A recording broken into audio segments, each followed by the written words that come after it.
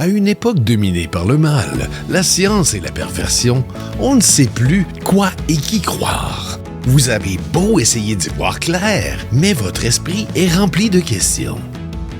D'où viens-je? Où vais-je? Quelle est ma place dans le plan du Créateur? Comment accéder à la vie éternelle et surtout, combien ça coûte? À travers nous, obtenez enfin les réponses que vous méritez. Pécheurs et pécheresses, ouvrez votre cœur et votre portefeuille. Voici le jour du Seigneur.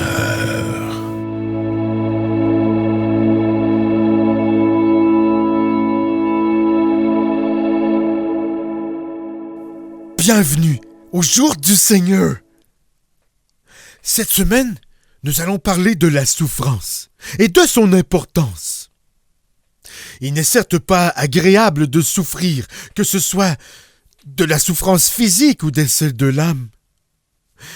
Mais chaque souffrance est une occasion de repentance, mais aussi d'apprendre la vertu de la résilience. Ne vous plaignez pas du moindre bobo, ni même des gros.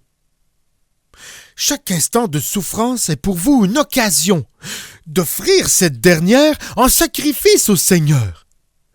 Parce que plus vous souffrez ici, plus vous serez récompensé au paradis. C'est Mère Teresa qui le dit. En Jésus.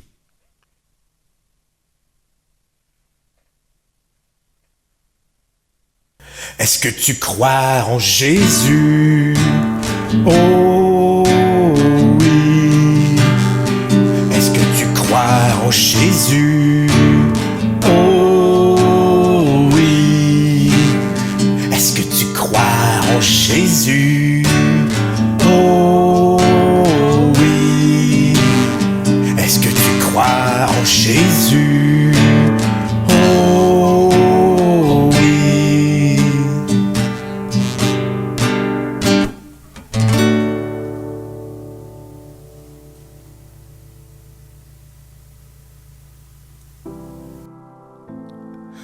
Mes chers frères, mes chères sœurs, écoutez-moi.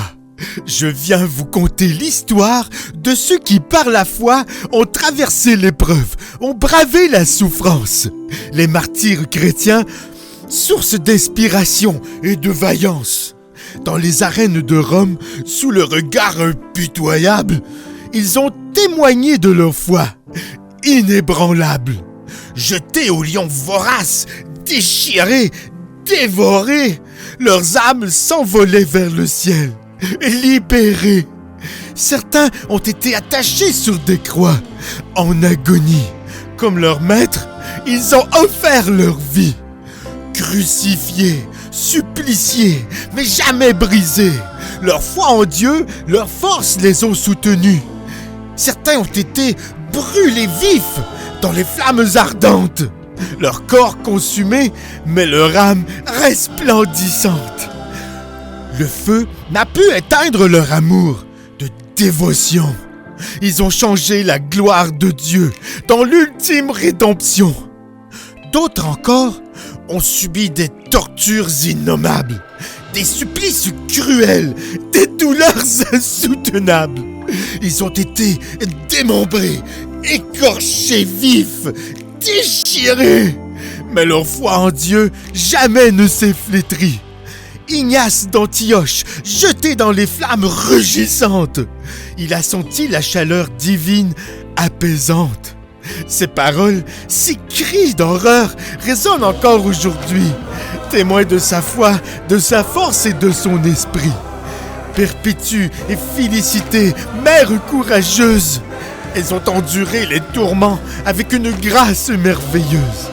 Elles ont donné leur vie pour la foi, dans un dernier souffle, dans un dernier émoi. Polycarpe, vieillard sage et vénérable, a refusé de renier sa foi admirable. Il a été brûlé sur un bûcher, mais les flammes ont vu le visage de Dieu apaisant son âme. Ces martyrs, ces héros nous enseignent la valeur de la souffrance endurée pour l'amour du Seigneur. Leurs tortures, leurs douleurs sont un témoignage de la force de la foi, de la victoire sur l'outrage. Car dans chaque douleur, chaque épreuve, chaque affliction, il y a une leçon, une bénédiction.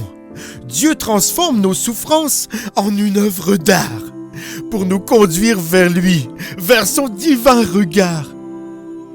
Que leur exemple nous inspire, nous encourage à persévérer dans la foi malgré les tourments, car au-delà de la douleur, de la souffrance terrestre, il y a le paradis, la paix éternelle et la vie céleste en Jésus. Mais fais attention, Satan pourrait t'emporter pour de bon. Parmi les gens qui ont le plus souffri dans l'histoire de l'Église, il faut penser aux premiers des grands martyrs, les apôtres eux-mêmes de Jésus. La plupart sont morts de façon horrible, mais jamais en vain. Voyons comment c'est arrivé. Le numéro 12, Saint Pierre. Pierre, également connu sous le nom de Simon, Simon-Pierre ou Képhas, était le meneur des 12 Simon-Pierre. Il était originaire de l'ancien village de pêcheurs de Bethsaïde, sur la rive nord de la mer de Galilée, aujourd'hui connu sous le nom du lac Tibériade. La Bible dépeint souvent Pierre comme un homme doux, mais très ferme, extrêmement loyal envers Jésus, mais il n'était pas non plus parfait. Lorsque Jésus a été arrêté, Pierre a eu peur pour sa vie et l'a renié afin d'éviter les persécutions. Et en tant qu'homme sans instruction, Pierre n'a pas été formé à la loi mosaïque, c'est-à-dire aux préceptes donnés par Moïse au peuple juif.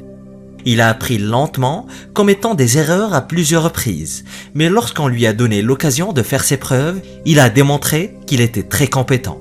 Par exemple, lorsque Jésus a prétendument marché sur l'eau, Pierre se serait joint à lui avant de commencer à s'enfoncer et être sauvé par Jésus. Pierre aurait également été témoin de nombreux miracles, y compris lorsque Jésus aurait ramené une jeune fille morte à la vie.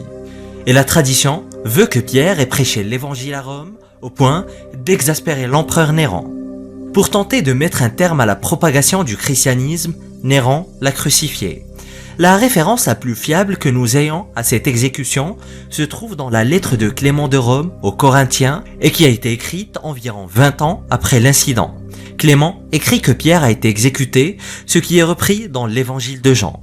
Nous savons qu'il a été tué par l'empereur, mais nous ne savons pas exactement comment. Dans le texte apocryphe, Actes de Pierre, il est dit qu'il a exigé que sa croix soit retournée lorsqu'il a été crucifié. Pierre aurait demandé une telle mesure car il s'estimait indigne de mourir de la même manière que le Christ et qu'il ne méritait pas un tel cadeau. Et étonnamment, la croix inversée était un symbole du martyr Pierre et c'est pour cette raison que l'on voyait des gens porter des croix inversées comme des objets sacrés tout au long de l'histoire. Ce n'est que très récemment que la croix inversée est devenue synonyme du diable dans la culture populaire. La culture populaire, c'est n'importe quoi. Également connu sous le nom de Jacques le Majeur, Jacques, fils de Zébédée, était l'un des principaux disciples de Jésus et l'un des 2 apôtres nommés Jacques. La Bible raconte comment lui et son frère, l'apôtre Jean, auraient demandé au Christ s'il devait appeler le feu du ciel sur une ville qui refusait de leur accorder l'hospitalité. Dans l'évangile selon Marc, Jacques aurait demandé à Jésus si lui et Jean pouvaient s'asseoir de chaque côté de son trône et a promis de le suivre jusqu'au martyre. Jacques est le seul disciple dont le martyre est relaté dans la Bible. Il est mort par l'épée entre les mains du roi Hérode, qui l'a probablement décapité. Donc Jacques est considéré comme la première personne à mourir pour Jésus. Selon la tradition, Jésus, il aime ça qu'on meure pour lui. Cependant, il est mort à Jérusalem et selon la tradition, 2 de ses disciples auraient rapporté son corps en Espagne, terre qu'il avait évangélisée, et l'auraient enterré à Ira Flavia, aujourd'hui Padrone. Néanmoins, depuis des siècles, les chrétiens se rendent au lieu présumé de sa sépulture, dans le nord-ouest de l'Espagne, à l'occasion d'un pèlerinage annuel appelé Camino de Santiago. Chaque année, environ 300 000 personnes visitent le sanctuaire de Jacques le Majeur dans la ville de Saint-Jacques-de-Compostelle. L'autre Jacques est Jacques le Petit, également appelé Jacques le Mineur, et certains spécialistes de la Bible se sont demandé si Jacques n'était pas le frère biologique de Jésus. Mais cette question a généralement été ignorée, car accepter que Jésus ait eu un frère ou une sœur signifierait que Marie n'était pas vierge et que Jésus n'était pas divin. Numéro 10, Jean, fils de Zébédée. Personne baise la maman de Jésus. Il n'avait pas de frère. De Jacques le Majeur. Il est l'un des nombreux apôtres qui étaient pécheurs avant d'être appelés auprès de Jésus. Mais Saint Jean est surtout connu pour quelques événements clés mentionnés dans la Bible. L'un d'entre eux est le moment où il aurait accueilli chez lui la mère de Jésus, Marie, et en a pris soin. Un autre événement notable s'est produit lorsqu'on Pris soin, mais pas trop, hein? Jean et Pierre ayant couru ensemble, Jean arrivant le premier. Ils auraient été surpris par la pile de linceul laissée dans la tombe, ignorant que Jésus allait ressusciter, comme le disaient les Écritures. Les textes chrétiens nous disent que Jean a été arrêté dans la ville d'Éphèse pour avoir prêché l'évangile. Et sa punition aurait été d'être jeté dans Quel visionnaire! Il prêchait l'évangile avant que l'évangile existe. Miraculeusement sauvé de l'huile bouillante par ce qui aurait pu être une intervention divine. Les autorités auraient été tellement déconcertées par la survie miraculeuse de Jean qu'elles n'ont pas essayé de le tuer à nouveau, mais l'ont condamné à travailler dans les mines de Patmos, une petite île de la mer. Sa punition aurait été d'être jeté dans un gros seau d'huile bouillante. Mais au lieu de mourir, Jean aurait été miraculeusement sauvé de l'huile bouillante par ce qui aurait pu être une intervention divine. Les autorités auraient été tellement déconcertées par la survie miraculeuse de Jean qu'elles n'ont pas essayé de le tuer à nouveau, mais l'ont condamné à travailler dans les mines de Patmos, même pas mal, une petite île de la mer Égée. D'ailleurs, c'est sur cette île où il travaillait comme esclave qu'il aurait écrit l'Apocalypse. Mais ce qui est arrivé à Jean après qu'il ait écrit son livre de prophétie reste un mystère total. Et en l'an 96, après la mort de Domitien, qu'il a exilé, l'empereur Nerva aurait permis à Jean de revenir à Éphèse. De là, il aurait rayonné dans la région, invité par les communautés chrétiennes locales. Et selon la tradition, il serait enterré à Seltchouk, près d'Éphèse, où il existait une basilique Saint-Jean, aujourd'hui en ruine. Cependant, il existe deux autres récits assez populaires sur la mort de Jean. L'un d'eux dit que Jean a été tué par un évêque juif nommé Papias de Hiérapolis. Il aurait été déchiqueté par un groupe de juifs en colère à cause de ses enseignements. La seconde théorie populaire est que Jean n'est jamais mort, mais qu'il est monté directement aux cieux, tout comme Enoch et Élie. Je choisis cette théorie-là. André est célèbre en ça devient ma vérité de tout le pays et il y est fêté chaque année le 30 novembre. Selon la légende chrétienne, Saint André, l'un des premiers apôtres du Christ, aurait été emmené en Écosse après sa mort et y aurait été enterré.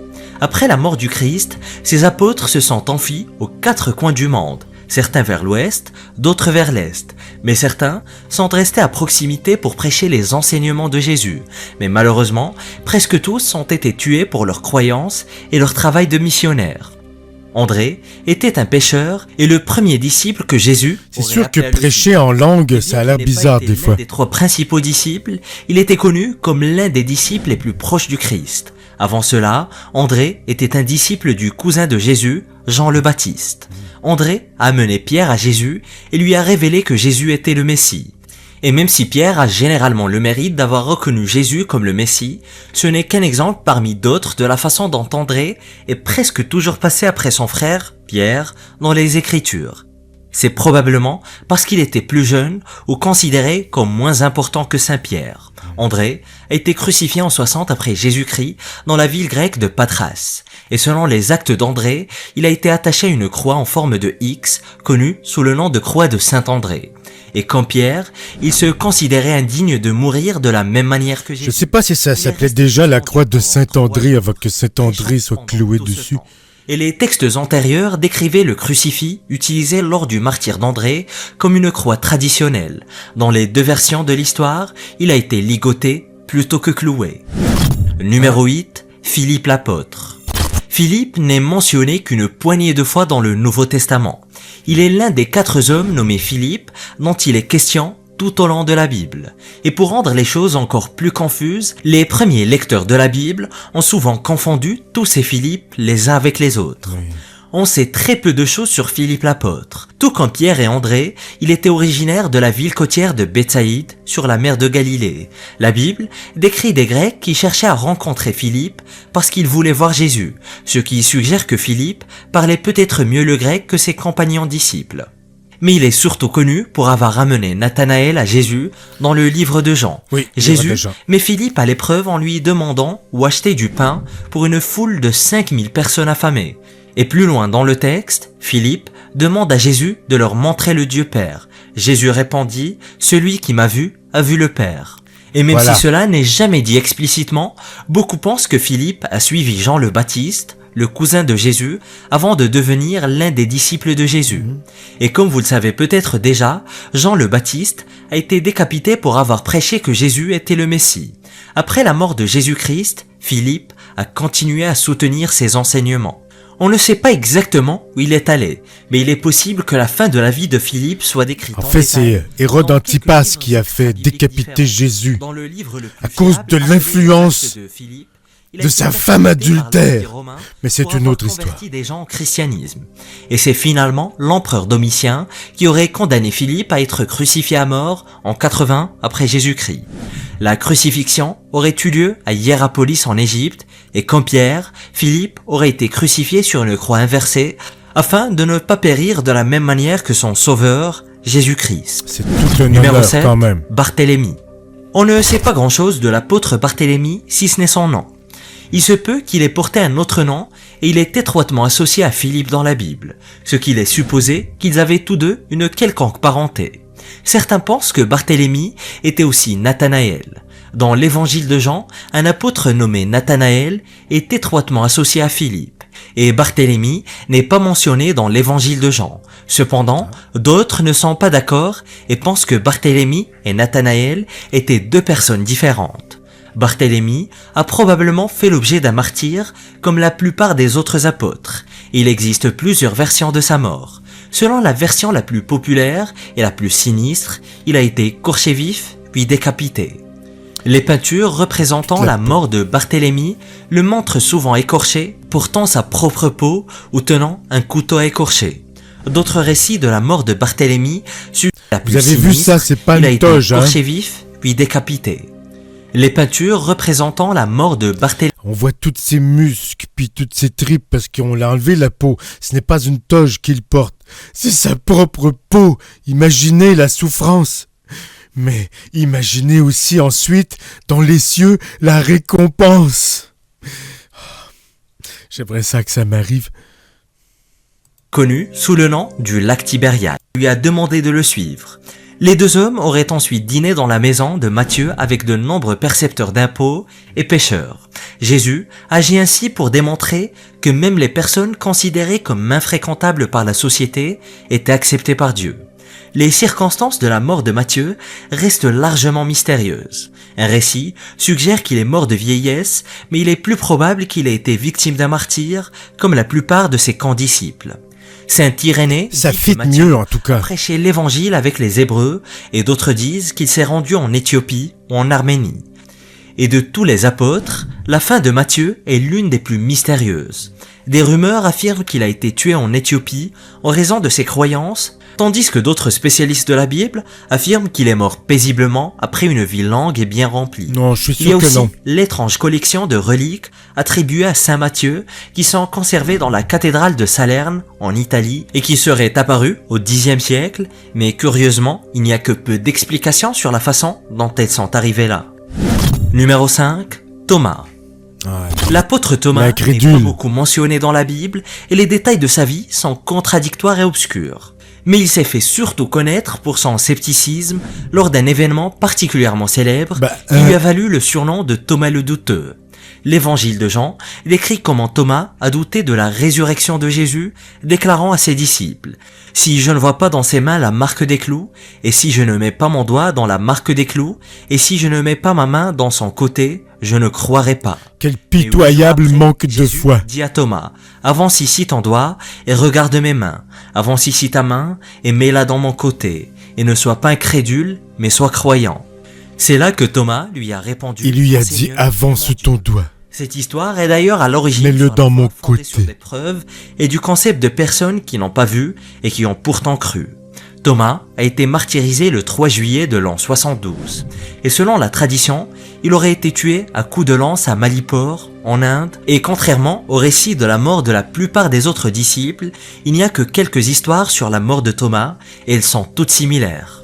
Numéro 4, Jacques, fils d'Alphée. Au cas où vous ne l'auriez pas déjà remarqué, Jacques était apparemment un nom très populaire à l'époque biblique. L'apôtre Jacques, fils d'Alphée, n'est mentionné que dans les 4 listes d'apôtres, ce qui signifie que l'on ne sait avec certitude que 2 choses à son sujet, qu'il s'appelait Jacques et que son père s'appelait Alphée. Il existe de nombreuses spéculations à son sujet, mais aucune d'entre elles ne peut être prouvée. Et pour rendre les choses encore plus confuses, s'il est clair que Jacques, fils d'Alphée, était une personne différente de son compagnon apôtre, Jacques, fils de Zébédée, il y a d'autres personnes nommées Jacques dans la Bible.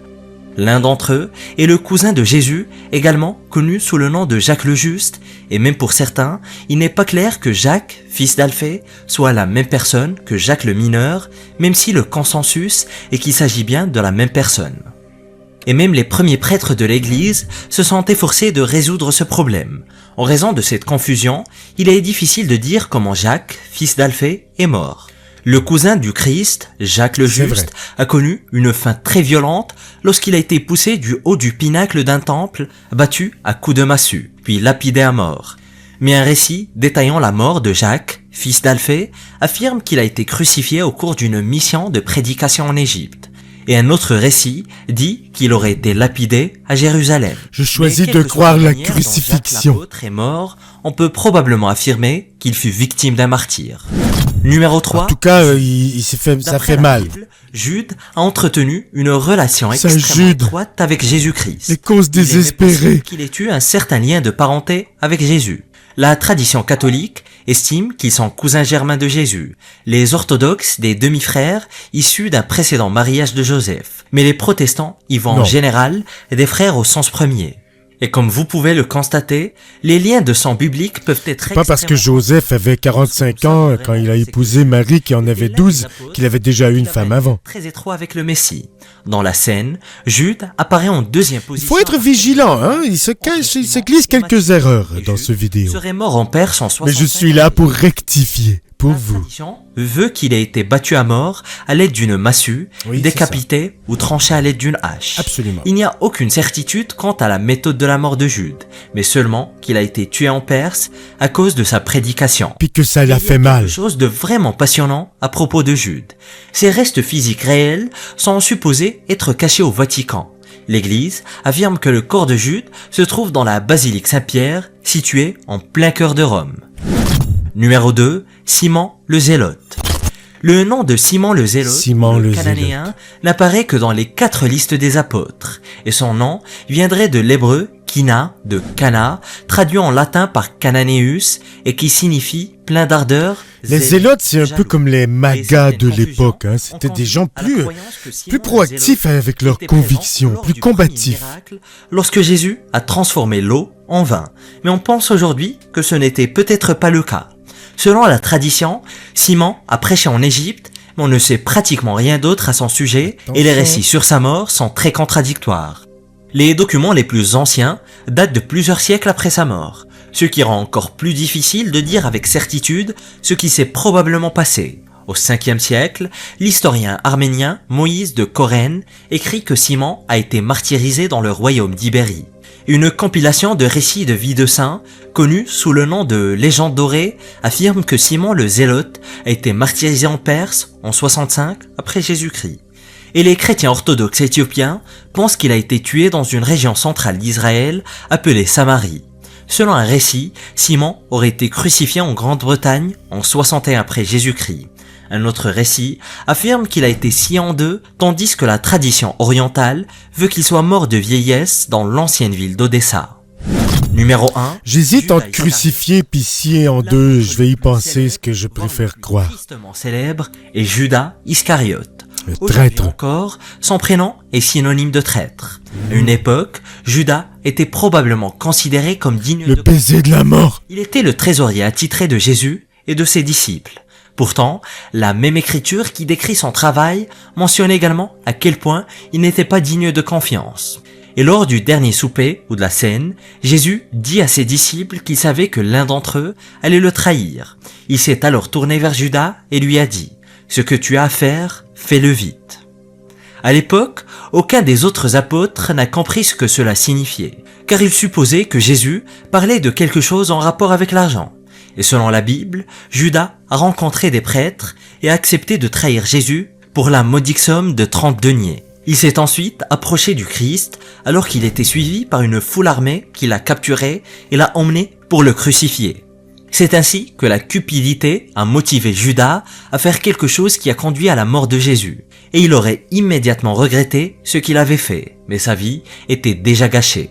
Dans l'évangile selon Matthieu, Judas s'est pendu. déicide. Dans les actes des apôtres, il est dit « Cet homme, ayant acquis un champ avec le salaire du crime, est tombé, s'est rompu par le milieu du corps et toutes ses entrailles se sont répandues. » On ne sait pas très bien ce que cela signifie et les deux récits s'est pendu ont été fort. écrits bien après la mort de Judas, de sorte qu'il est possible que les auteurs se soient trompés sur certains détails et découvrent ces traditions égyptiennes scandaleuses qui étaient tout à fait normales pour les pharaons en cliquant sur cette vidéo. Non, on va pas embarquer dans les religions païennes. La nôtre est assez patiente. Ben, c'est une belle histoire, hein. Toutes ces histoires de souffrance et de sciage en deux, puis de crucifixion à l'envers, ça montre qu'il faut mériter non seulement sa place au paradis, mais le titre de saint. Il faut avoir une vie exemplaire, se donner toute la vie pour son Seigneur, et il faut accepter de mourir dans d'atroces souffrances qui font mal, pour ensuite goûter la divine récompense. Bienvenue au Mouroir de l'Aïeul, où chaque jour est une nouvelle étape vers l'au-delà. Nos suites spacieuses offrent des vues imprenables sur le néant.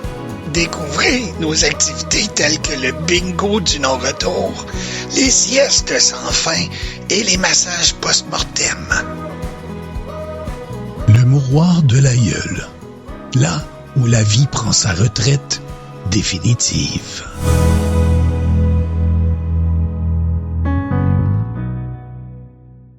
Si tu y crois, que tu as la foi, le Seigneur veillera sur toi. En Jésus.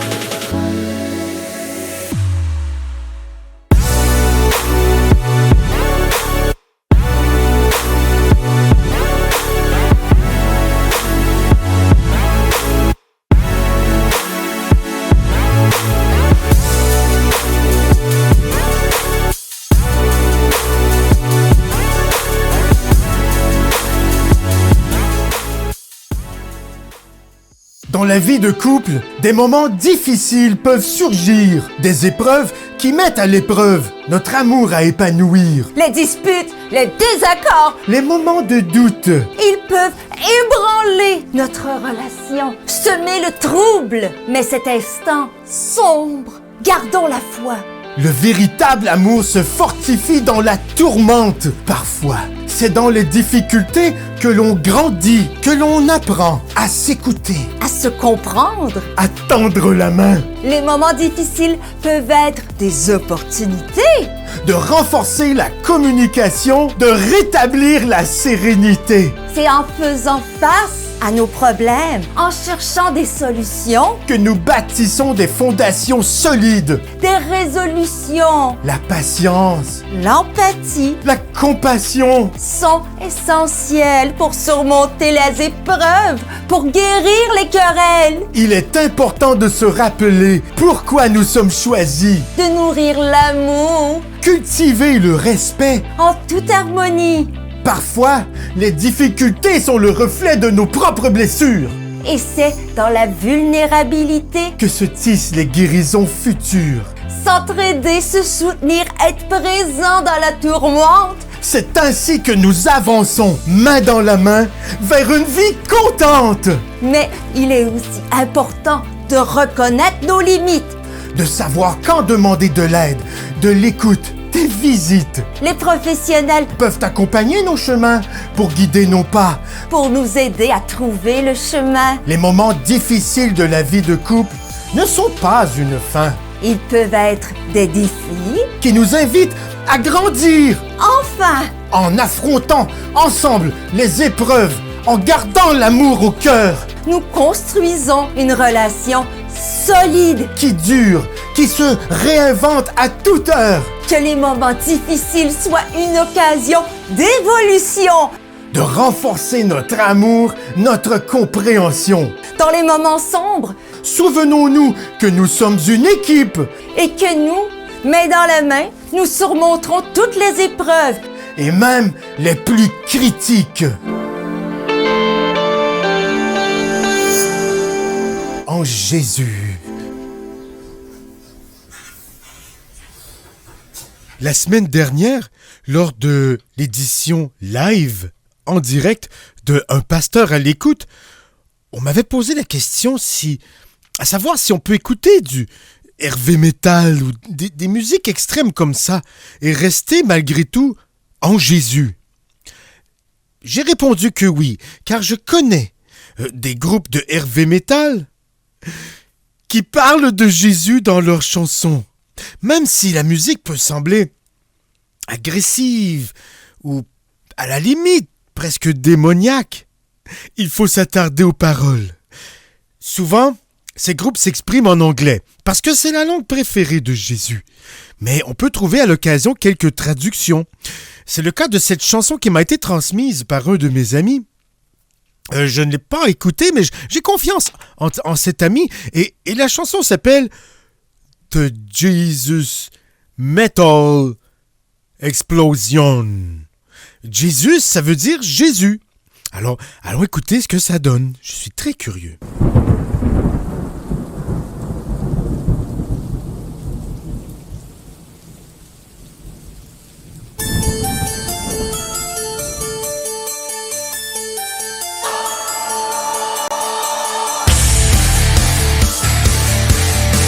J'aime ça, le piano électronique, là, l'orgue. Ah! Étrange.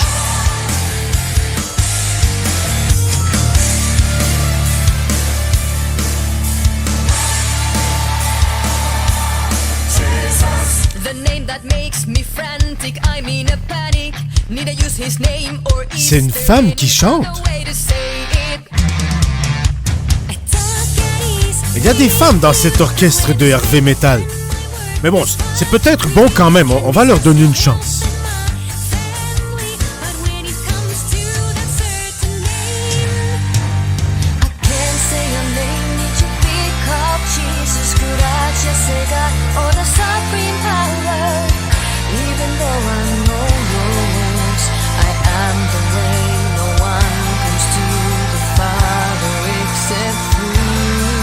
Des paroles de la Bible des 16 évangiles dans sa chanson.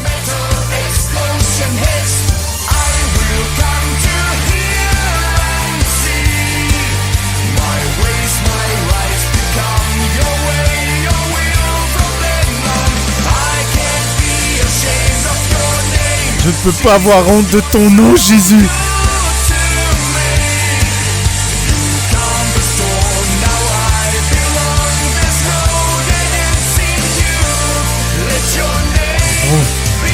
Sois le plus élevé. Ah, j'aime bien ça.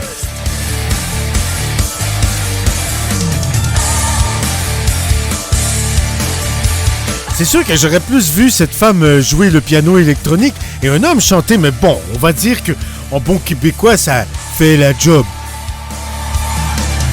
Il faut savoir évoluer, être de son temps.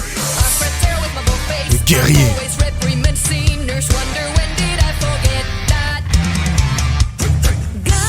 Jésus réprimande les pécheurs.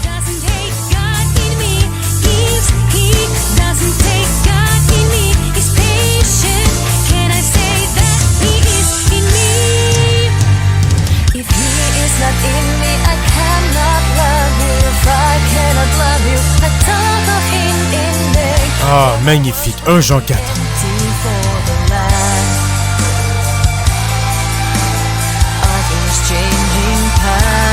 C'est littéralement les paroles d'évangile dans la chanson. On ne se trompe pas. D'ailleurs, il faut faire attention quand on crée des paroles. C'est peut-être mieux de prendre directement ce qui est écrit dans la Bible le plus possible. Comme ça, on est sûr de ne pas trop se tromper. Et déplaire au Tout-Puissant. Jésus, tu es si bon pour moi.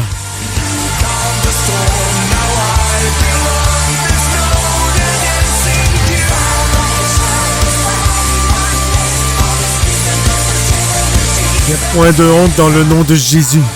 N'ayez pas honte de Jésus.